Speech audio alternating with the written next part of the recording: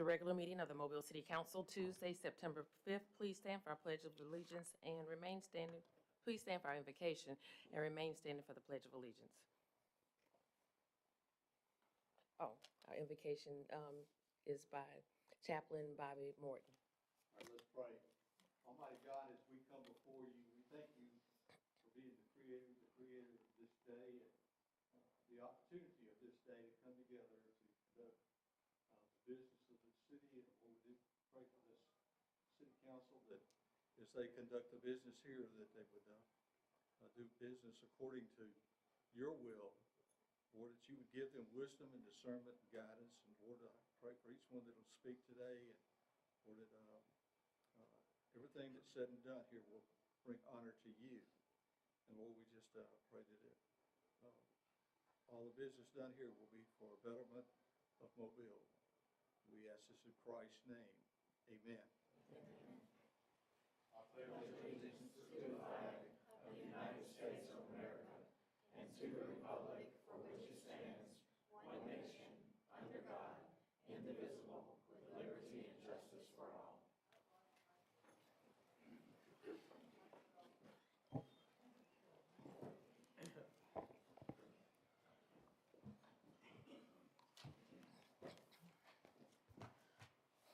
Roll call, President Small. Here. Vice President Gregory. Here. Councilmember Penn. Here. Councilmember Carroll. Here. Councilmember Reynolds. Here. Councilmember Daves. Here. Councilmember Woods. Here. Statement of rules. And good morning, everyone. Morning. It's good to see everyone in our September 5th meeting. At this meeting, we do have rules. At this time, I ask if anyone has any type of electronic device, including cell phones, please at this time put it on the off or the vibrate position. The off or the vibrate position. Any person desiring to address the council must sign in indicating the resolution, the ordinance, or public hearing agenda item before entering the meeting. When addressing the council, the speaker must give his or her name. When any person addressing the council on a non-agenda item must sign in the Thursday prior to the council meeting. And a person that has not given proper notice to the city clerk's office would not be allowed to address the council. Any person that is desiring to address the council on a non-agenda item, again, must sign in by 2 o'clock before that Thursday meeting. And the subject that he or she expresses to the council must be identified and pertain to the city of Mobile business. Each speaker is allowed 3 minutes to address the council. A bell will sound to indicate the end of 2 minutes. 1 minute remains for summarizing. The second bell indicates that your time has expired. When addressing the council, there is to be no personal address to any individual council members. All statements are to be made to the chair, who will recognize any council member who wishes to respond. To maintain decorum, there will be no undue applause and or public outcry allowed. Madam City Clerk. Approval of minutes of August 29th. So moved. Second. And properly moved and second in discussion. All in favor? Aye. All opposed? Communications from the mayor's office. Good morning. Good morning. Morning. The mayor is out on other business right now, but at this time I do have a proclamation. I'm going to ask for Jim and Cecilia Crandall, parents of Laura Crandall Brown, and Betsy Fittner, the program director of the Laura Crandall Brown Foundation, to join me. Podium.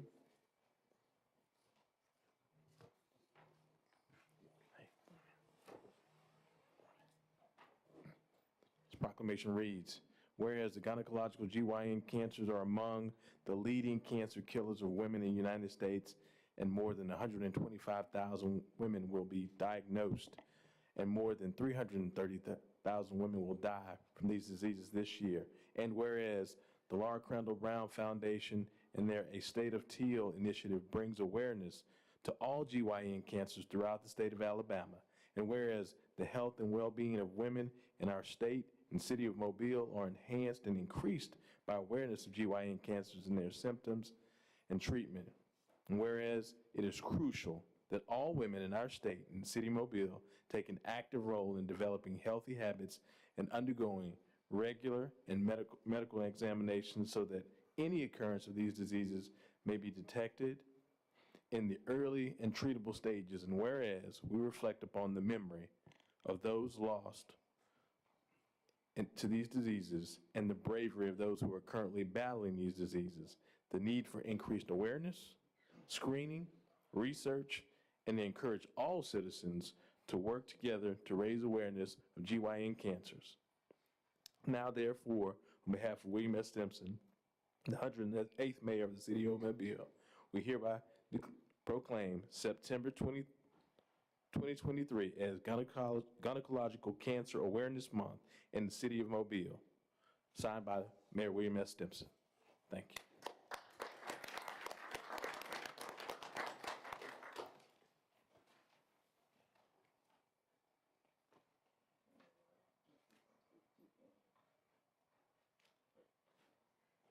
Thank you. You can just go ahead and say a few words. Mayor Stimson, council members, and citizens of Mobile, my name is Jim Crandall. I'm the founding member of the Laura Crandall Brown Foundation.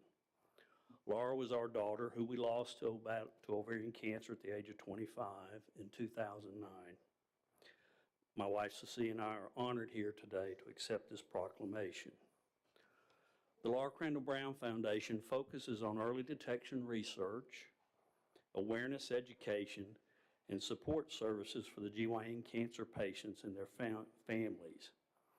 Our research is actually funded research here in Mobile at the Mitchell Cancer Institute and throughout Alabama and the nation. Again, on behalf of the Laura Crandall Brown Foundation, we truly appreciate your continued support of our annual GYN Cancer Awareness Campaign. For more information about our foundation, and we've left some on your tables today, I encourage you to visit our website at thinkoflaura.org. Thank you again very much. Thank you all so much for your work.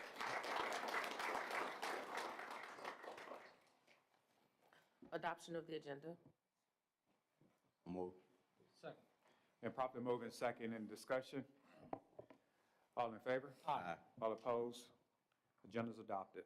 Appeals, we have requests for waiver of the noise ordinance on November the 3rd on Moffett Road, November 23rd in Mardi Gras Park, and September the 9th in Burtonwood Drive. So moved. And properly moved in second in discussion. All in favor? Aye. Opposed? Appeal passes. Public hearings. Today is the public hearing to consider approval of a proposed modification of a PUD located at 2609 Cameron Street. This opened up the public hearing for this particular said item. Is anyone present that would like to address the council? If so, you may come down to the podium by stating your address. Name. Is anyone present? If not, this particular public hearing is closed. Today is a public hearing to consider approval of a proposed modification of a PUD at 350, 400, 530, and 660 Dunlap Drive. This opened up the public hearing for this particular public hearing. Is anyone present that would like to address the council? You may come down to the podium by stating your name. Is anyone present? If not, this public hearing is closed. Today is a public hearing to consider comments regarding the adoption of the 2023-2024 General Fund, Capital Improvement Fund, and Convention Center Fund budgets. This opened up the public hearing for this particular said item. Is anyone present that would like to address the council on this item? May do so by coming down to the podium by stating your name. Thank you.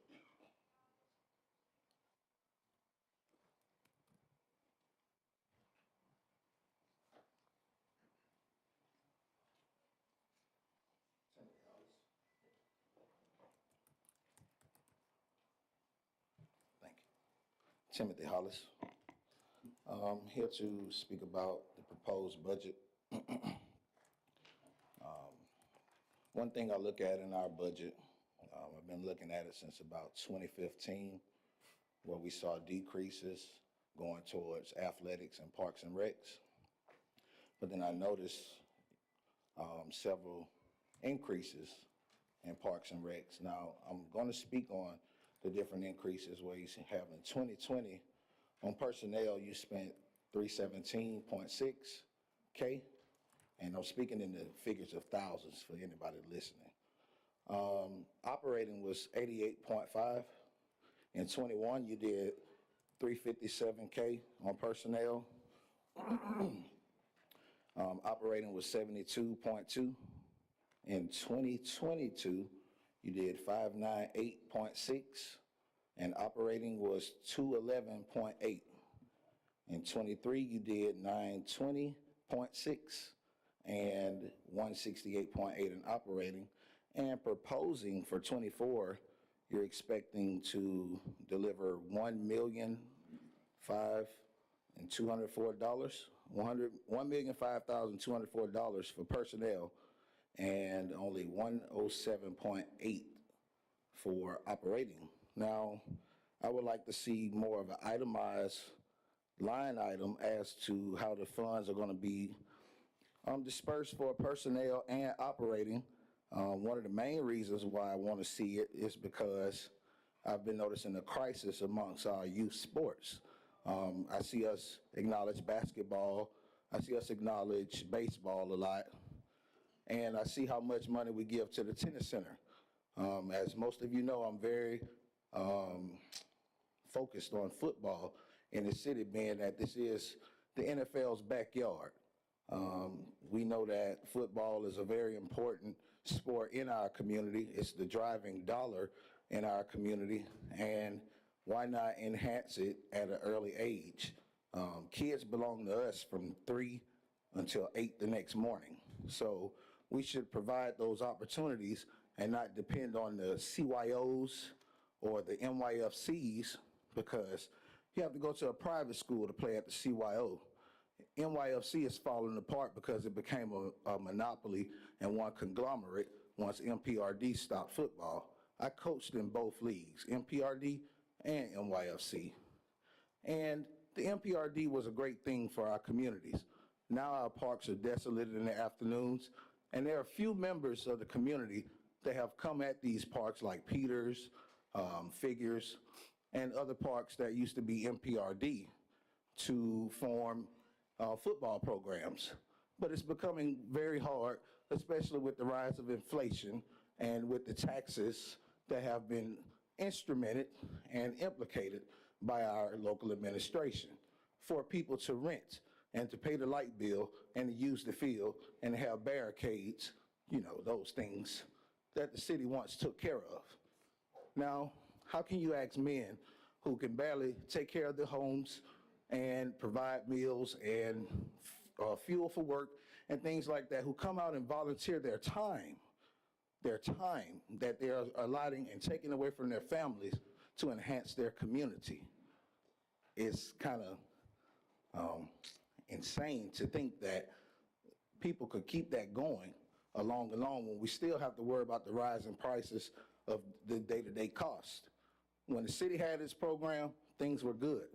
But now I see too much dismay, and I don't like what the kids are going through. So I just want to know if anybody here has the fortitude to implement an amendment to allocating more funds and restarting and reestablishing MPRD football. And if there's anyone looking for where the funds can come from, I see us pinching out of the unassigned fund quite often. So let's take a look there first. Thank you. Thank you, Mr. You said, Mr. Garrett. Do we not have Parks and Recreation football league anymore?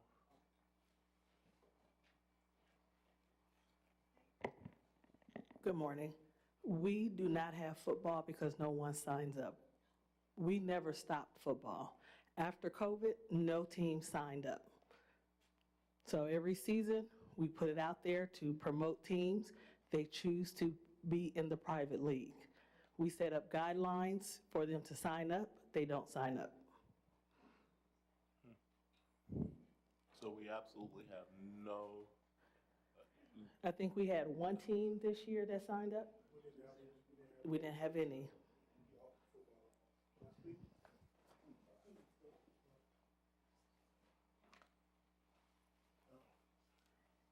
Yeah, we offer football every year. We have yet to not, but if we don't have anybody sign up, a lot of people are electing to go with the private leagues that operate in our park. So it's a lot of people confused because they see activities happening in our parks, but they're not our leagues. They are private. Like he said, he spoke to NYFC, and you have another upstart league that started. So they actually use our park, but they are not MPRD. We had a lot of people choose not to participate in MPRD because due to the science and all the information that with the concussion rules that are going on right now, that we don't allow 8 and under to tackle. We require them to play flag football. So we had a lot of backlash with a lot of participants that want to participate in our league because we don't allow anybody 8 and younger to tackle. We require them to play flag. So a lot of people, when we put that rule out, they chose to go and participate in other organizations. But we offer football every year. But if nobody don't sign up, we don't have a league.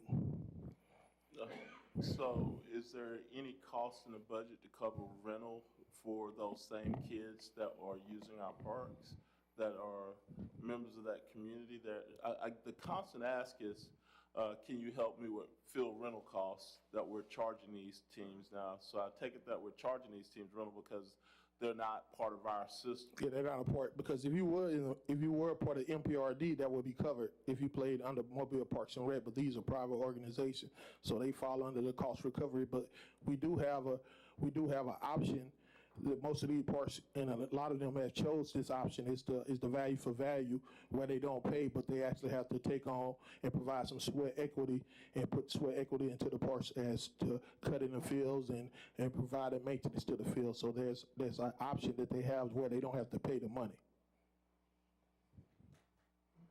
Mr. President? You done, Mr. Carroll? I can come back. Go ahead. Mr. Penn? Thank you. So if they were a part of our city league, then they wouldn't have the rental charges. If they played the MPRD, our league, and again, that means they have to adhere to our rules and our regulations and whatever, yeah, they wouldn't have that cost. All right, thank you. Ms. Gregory? Yeah, and just to follow up, because I've had something similar to that in Hillsdale, where they didn't field a team for several years, but now they are starting to try to field a team again, and they are doing the value for value, because it is not a Parks and Recreation team. But Right. the value for value, if you want to describe what that is, it's field maintenance and. It's field maintenance, right? They have areas that they're responsible for where that basically takes the place of them paying the fees. Right. Okay. This is a budget hearing. Yeah. Public hearing, right, on the Public budget. hearing. Thank you. Still need to get information. Anyone else? Thank you, Mr. Shaq. Right. Is there anyone that's present that would like to address the council on this particular said item on the budget? On the budget. Oh, I'm sorry. I think it's something to say back there.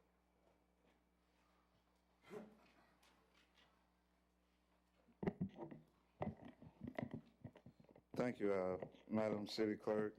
Do my best to adjust this mic. 1 second, please. Reggie Hill. I want us to address the fiscal year 24 budget. And before I do so, I do want to commend, again, my apologies, I'm doing my best to adjust this here. All right, hopefully we can get something there. All right, I want to take this time first to commend Director Sept and her staff for working on this, and much like former Director Resch and Director Holt, she was very transparent with getting that information, so I'm appreciative of that. Moving forward, do we intend to privatize garbage and trash collection for the newly annexed areas? And if so, where is this located within the budget? And how much is being proposed for such a project? So again, we saw where there were items that were on the agenda a little while back, and there were some discrepancies about organizations and that utility being serviced. However, I thought that this was something that we had already taken care of within the existing city departments. So if somebody can give me some information on that, I'll be really appreciative of it. What percentage of our public safety budget is based on the collection of citations and other fines imposed on mobilians. I'm not sure if there's a particular line item on that or if it's specified in this year's budget. I know that's something we've seen in the past. I would like some clarity on that as well. My next question is, what metrics were offered to this body to support the $750,000 increase to performance contracts? We have been coming down for quite some time requesting information on how we determine public taxpayer resources that are given out. We've also seen some issues dealing with discretionary funding as well, whereas this body in the past has approved for certain resources and it has not been allocated. Yet we are increasing funds for organizations that I don't believe have presented enough data to support that amount of money. As well, we're seeing where a lot of these resources are going for one-time events, whereas there are entities and organizations who have year-round services that are being provided in our most vulnerable areas, but they're not getting any assistance. So I would like to know if there is a metrics to why a $750,000 increase was added, and we may not have the information to support that. Because the time is of the essence here, I would encourage, as much like the speaker before me, to find individuals with the political fortitude to get behind a budget that is going to be not only comprehensive but beneficial to improving a high standard quality of life for all the people. And these are the reasons why we need that if we want to see the best standard of living here in the area we each call home. So I would urge any person sitting in this capacity with the role to vote on a budget to vote against any budget that does not support the housing crisis that we are here at solutions for that. Excuse me. If it is not supporting the housing crisis solutions, that is going to be an issue. If we're voting for anything that does not put forth solutions for the housing crisis, there is a serious issue here. If it does not support police sensitivity training, we have individuals that are standing right outside of this this arena right now because of matters that they feel were conducted in an improper fashion. As well, we know that there are certain citizens who've been given citations for laws that do not exist. And as well, we understand that there are just ill relationships between certain communities and people in law enforcement, which can be changed with the proper sensitivity training. Again, we need someone who's going to vote against any budget that does not support data-proven, solution-based organizations receiving taxpayer resources, meaning that you have the information right in front of you year after year after year of the ability for them to be successful. That is what we should be investing in as well. If it does not support the riverfront being properly established, you do not need to vote for it. It's hightail time that we actually get behind that. We've seen what sister cities such as Savannah and New Orleans have been able to do with that. And so if you don't have that in place, what are we spending the money on? And lastly, if the budget does not bring about CIP equity, what does that mean? There are a lot of issues in districts 1, 2, and 3 that need to be taken care of right now. And I think that we could use a term to spend the CIP funding on that and then come back to those areas that may not need as much attention. Because again, as I've said many times before, people are not going to come into the city of Mobile and say, oh, I had a grand time in District 2 or a not so grand time in the other districts. They're going to talk about their experience here in Mobile. So again, if that budget does not support that, you don't need to vote for it. Thank you for yielding the floor. Thank you. Mr. President, Mr. Reynolds.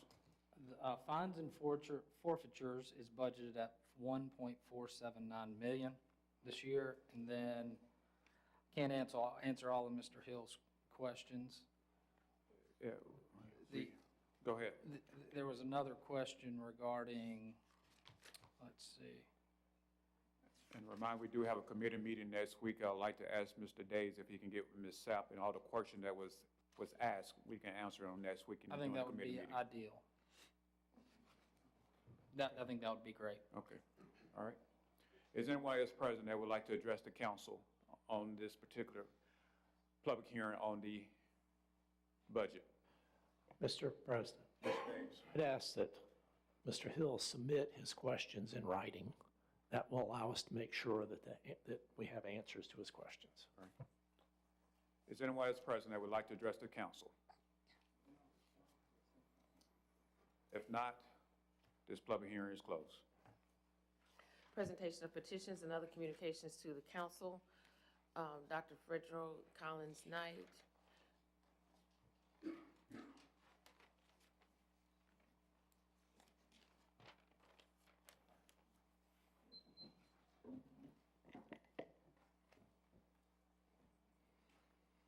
Good morning, City Council. Hi. So, just introduce myself. My name is Dr. Fredro Knight. I'm originally from Mobile. Graduated, went to McGill-Toolen here locally. I now reside in Covington, Louisiana, but my family and sister and niece still lives here in Mobile, next to USA Hospital. At maybe 6 months ago, Mr. Shadrack Collins called me and asked me would I come speak at a teenage forum we had, our I-Lead Youth Summit that was held here in Mobile, April 5th, here at the Convention Center. It was a combination, I know you guys already know about it, but the Mobile Area Education and Parks and Recreation did a combination. They brought over 500 teenagers to do a youth team summit here. I thought it was actually fabulous. They called me. I was actually working. I'm an ER doctor. I was working in the emergency room that day and the next day. But I thought it was a very good, it was a good plan and good strategy. And I thought it was very important for me to come back and speak at that and basically shed some light on what, basically what I do and how does that affect the youth and the teens here in Mobile County. The summit then, back in April, focused on safety here in Mobile County, events for the teenagers, safe events, mental health, and education, and I think that's kind of how I got brought in. During that summit, they had a lot of breakout groups, very powerful. We would break out into groups of maybe 50, and we rotated all day, and they had different conversations. But the current theme and the constant theme was we shouldn't be afraid to go to school, and be afraid to go to school and not thinking that we will go home that day. With all of the mass killings and all of that that's targeted in the United States, it affects pretty much every city. Even if it doesn't affect your area, it affects everybody. So I've dealt with the mass shootings and mass killings kind of indirectly, and that was a constant theme from the students, is that they're concerned for their safety. So they don't attend a lot of events because they're concerned about their safety, one. They also talked about, was there any educational events that we could use for college preparatory courses and things of that nature? They would like to have some more education about that. At that point, I got with Shad Collins and City Parks and Recreation, and I proposed an event. And actually, we're going forward with that event. On September 21st here at the Spring Hill Recreation Center, I partnered with Parks and Recreation to bring a teen medical symposium. I am bringing a team of physicians, nurse practitioners, PAs, nurses, cardiologists, you name it, orthopedics, here to Mobile. We're doing this, the event from 5 to 7 p.m.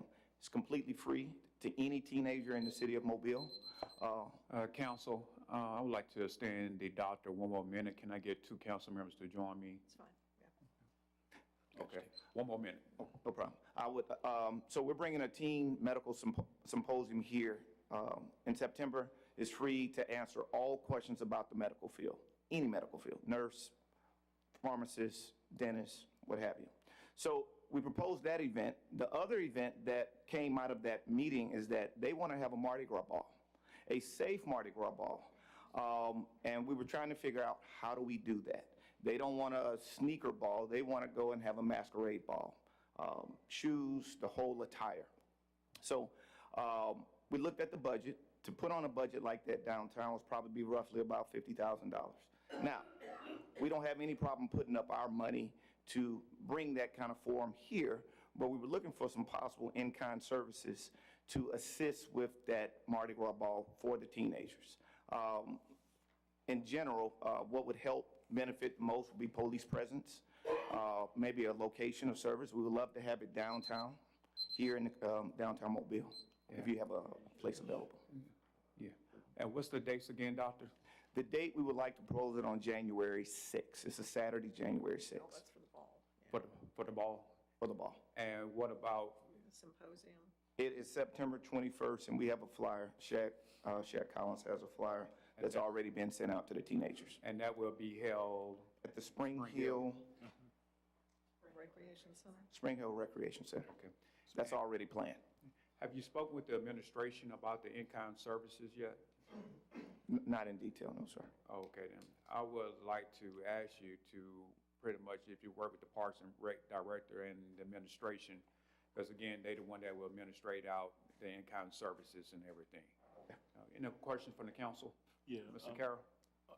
Was, in the $50,000, is part of that your budget for security, police? Yes, that will be, it's included in that. That's in the 50K? Yes, sir. Do you know how much that was part of your 50K?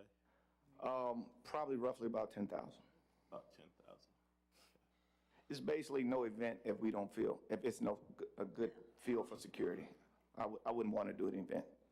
Okay. Let me go ahead and say that because I'm very aware of this. Out of that 10K, I'll give you the first 5 out of this year's remaining discretionary monies. Okay. I think that this council knows that we've had a whole lot of high school incidents over the past.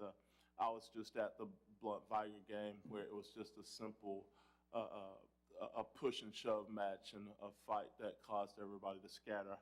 These kids want to have a safe place to go, so I said let's create a safe place for them to go every year, and maybe this event's one of them.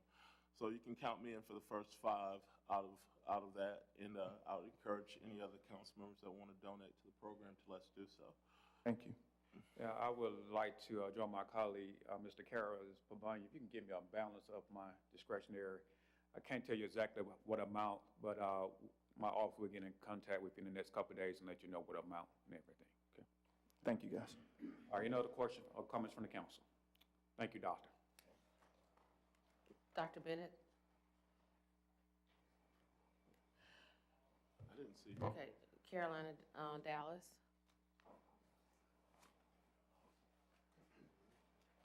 Reggie Hill?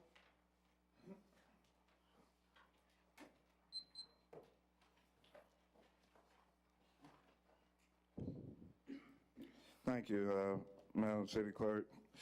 My name is Reggie Hill. I rise today to address unlawful surveillance, neighborhood preservation, citizen displacement, misuse of taxpayer resources, and citizens' requests basically being ignored.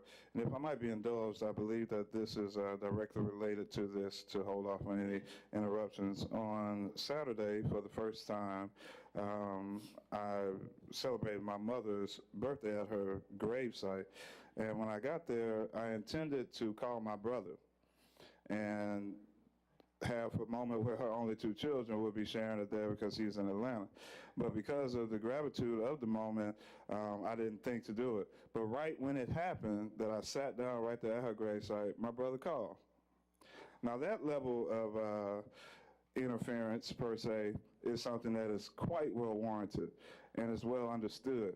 But the stuff that we have where we are getting warrants for wires for certain people because of speculated incidents, this idea of we're abusing power to tap into social media accounts and phones and cars and all these other things because of accusations, things that are unable to be presented in a court of law, that is doing a serious detriment to the city of Mobile. And it's preventing us from putting resources towards places that will actually alleviate the issues that we each have our private conversations of disdain about. So I think as we move forward, instead of having to bring that to a place of scrutiny within the city, we would consider what we can do to get that out of the way, particularly before we start on this fiscal year 24 budget. Let's look at this neighborhood preservation and citizen displacement. How much of our remaining ARP funds are allocated for the current housing crisis that we are facing, and what evaluation metrics are in place regarding the CDBG funding that comes with neighborhood development, ESPG, and resources of the such? When we look at the taxpayer resources, have we yet to receive an inventory list regarding the vehicles within our city? Because we saw that there was an increase in that as well. Has an evaluation metrics been put in place or provided for our performance contracts? What is the status of actually restoring the inside of the Civic Center? We see that there's quite a bit of work going on where we spent, about 40-something million, but yet a copper penny has not been placed on the inside. Have we had a detailed funding, itemized breakdown? Has that been provided to this body? And lastly, I've made or sent matters, actually one on the 15th of August to the clerk's office, which is stamped in time, requesting a meeting between Mr. Small, Mr. Linder, and Mr. Barber. Those other gentlemen are not here, but I want to publicly put that on the record. We know what the matter is, and we know the urgency of it as well. So again, to avoid scrutiny for the city and the city be revealed to what's actually taking place down here, I think that that'd be a matter of urgency that we need to take care of right now. Thank you for yielding the floor. Thank you, Ms. Hill. Madam Clerk. Dr. Catino.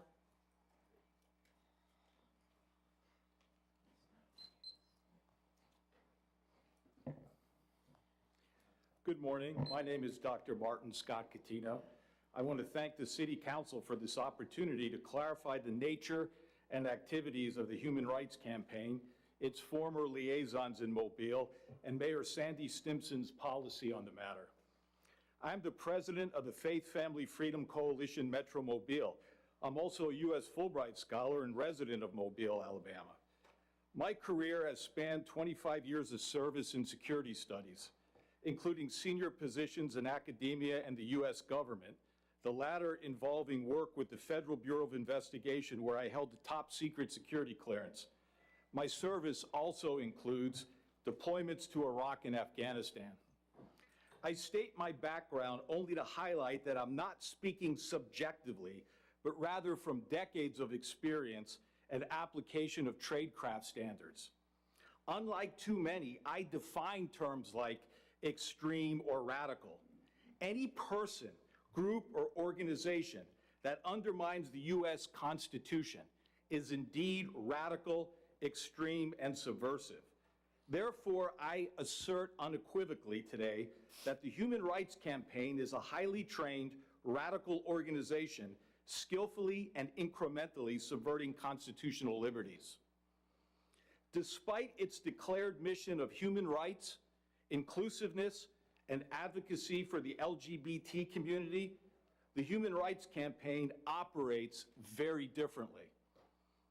The HRC promotes the legalization of sex workers, depenalization of pedophilia, destruction of parental rights, indoctrination, sexualization, and physical harm of children through transgender surgeries and medical treatments.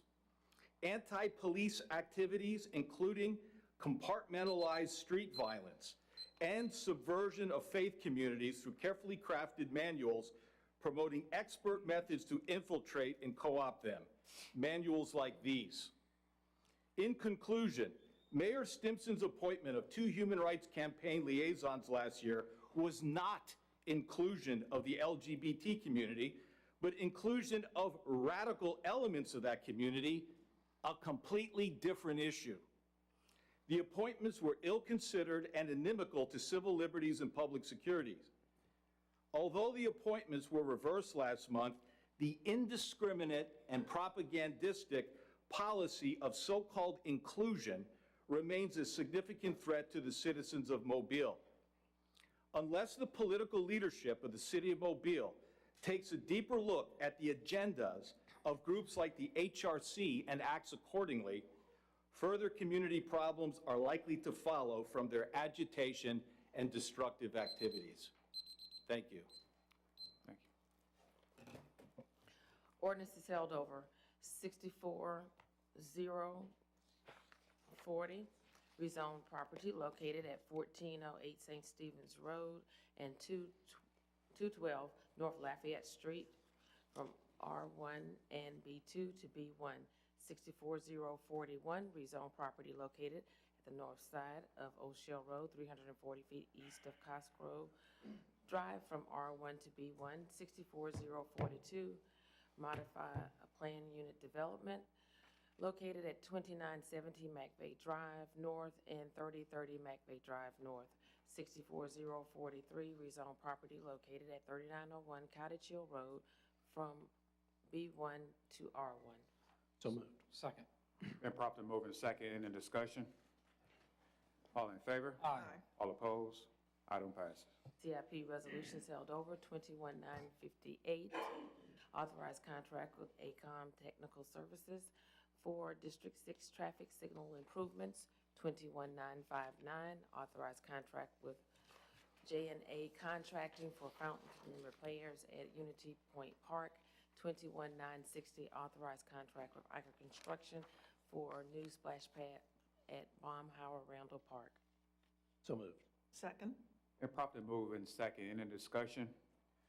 I would like to say on 21-960, this is great news for the Maysville community.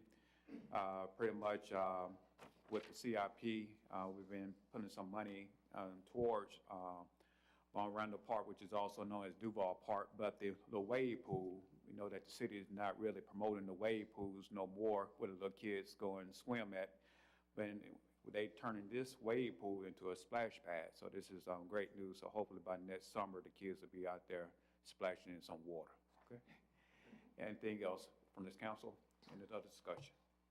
All in favor? Aye. All opposed? Item passes.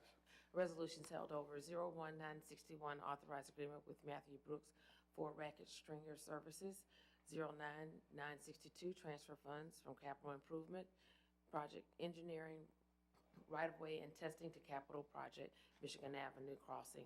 09963, appropriate funds in the Rebuild Alabama Special Revenue Fund to Tiger Dr. MLK Jr. Avenue Broad Street project. 21964, authorized contract with Smith, Dukes, and Buckaloo to perform auditing and financial reporting services for fiscal years 23, 24, and 25. 21965, authorized contract with Integrity Maintenance for cruise terminal painting. 21966, authorized contract with Clear Risk U.S. Corp. for claims administration software and services. 25968, accept temporary construction easements for North Washington Avenue culvert and street repair project. 35970, authorized lease agreement with River Yacht Basin Marina slip for Mobile Fire and Rescue Marine Vessel. 6971, authorized settlement agreement and release of claims. So moved. Second. Been properly moved in second. In discussion? All in favor? Aye. All opposed? Item passes. Ordinance is being introduced, 64044 through 64045. Per council rules, these will lay over for 1 week. Consent resolutions being introduced, 58977 through 6979. Move to waive the rules for immediate consideration of these resolutions as read. Second. Been properly moved in second. In discussion?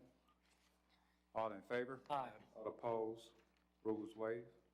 58977, authorized removal of weeds, group 1644, 6978, and 979 are determining appropriations to Dumas Wesley Community Center and John L. LaFleur Magnet High School serve a public purpose and approving payment.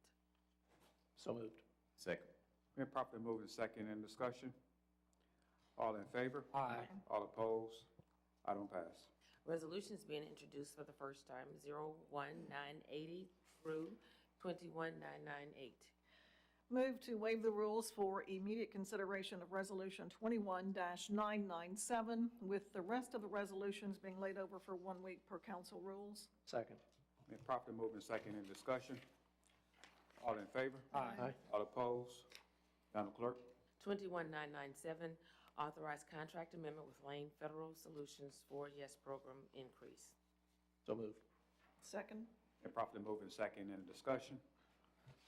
All in favor? Aye. All opposed? Item pass. Call for public hearings, 41999, call for public hearing to consider approval of a conditional use permit to allow a home-based daycare in an R1 property located at 611 Shannon Street, scheduled October 10th. So moved. Second. Been properly moved in second. In discussion? All in favor? Aye. All opposed? Public hearing is called. Announcements. District 2, Councilman Carroll. No announcements, Mr. President. District 4, Councilman Reynolds.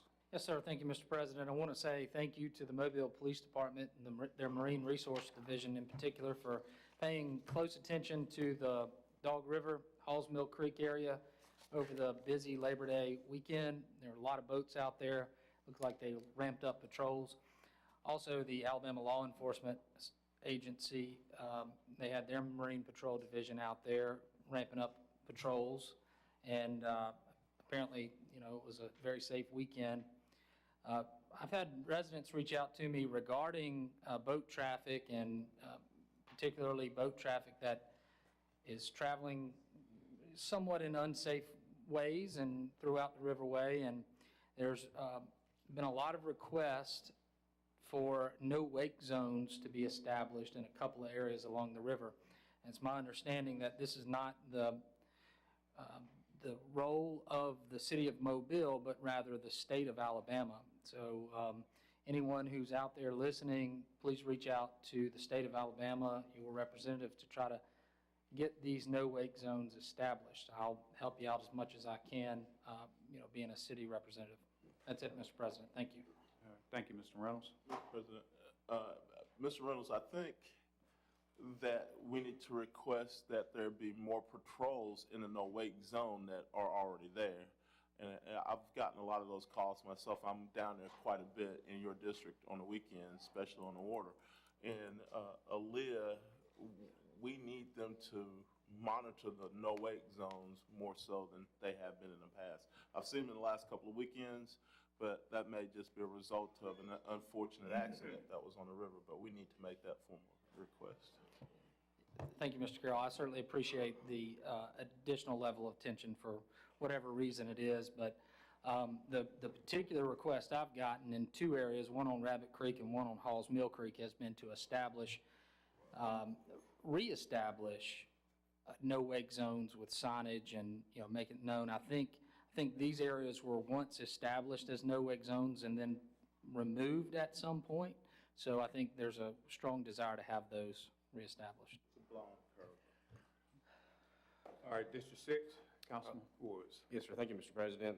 Did want to point out that today, Resolution 21-958, that deals with traffic in District 6. So that's obviously a major issue in District 6. Did want to point that out, that those traffic lights all across District 6 are being looked at, and hopefully this is the first step to getting that fixed. Did want to also mention that we're finishing up our Annexed Citizens meeting tonight. So this will be the last one, I believe, and no, we don't have that tonight. Thursday night. Okay, I'm getting my T's messed up. And then did we set a location for that? Still at Creekwood? Okay. So that we'll finish that up. And as far as District 6 community meetings, working on that now that we're through all the Annexed Citizen meetings. So thank you. Thank you, Mr. Woods. Councilman Penn, District 1. Thank you, Mr. President. We will be having a meeting regarding animal situations that located in our districts coming up soon. So more information will be coming about that meeting this month. And then we will start having some more community meetings in different areas starting in October as well. And so I look forward to meeting. I met with some of the people regarding the issues with the animal control, and we just received information that those are responding, they still should respond even if those dogs are aggressive, so they shouldn't turn around. So I'm glad that we was able to get that information, but we will now have a meeting so we can discuss that more, and you can have more information about that as well. Coming up this week, we will have the battle of District 1, UMS Wright versus LaFleur High School. And so we're inviting everybody to come out, family fun, the battle of District 1. Thank you. Thank you, Mr. Penn. District 5, Councilman Days. No announcements. District 7, Vice President Gregory. Thank you, Mr. President. There will be one more Annexed Citizens meeting coming up on the north side of town. It will be September 11th at the Moffett Road Baptist Church. That is at 3680 Moffett Road, beginning at 5:15. Signs will be put up to alert the residents who live out that direction. As you know, 2 neighborhoods in my district have voted to come into the city, so we are trying to make it more convenient for that side of town to attend one of these meetings. But it will be the same sort of meeting that has been held already at Creekwood. We'll have the same information, so if you were not able to attend one where Mr. Woods has been going at Creekwood, you are more than welcome to come to the Moffett Road Baptist Church. Again, that will be September 11th, so that is next Monday at 5:15 p.m., 3680 Moffett Road. Thank you. Thank you, Vice President. To the citizens of District 3, On this coming Thursday, Representative Barbara Drummond, which represents State House 103, and myself, District 3, we are putting together a senior luncheon, which will be held at the Maritime Museum. We're inviting seniors in our districts to come out so we can bring you up to date and also serve you luncheon. I believe that we have room for 10 more seniors. If you have any questions or would like to attend this coming Thursday, you can call the representative office or either call the council office at 208-7441 and just leave your name, your address, and also your email address. Again, this is for the seniors in districts 3 and 103 this coming Thursday at the Maritime Museum at 11:30 a.m. Is anything from the administration? Motion to adjourn. Second. Properly moved and second in discussion. All in favor? All opposed?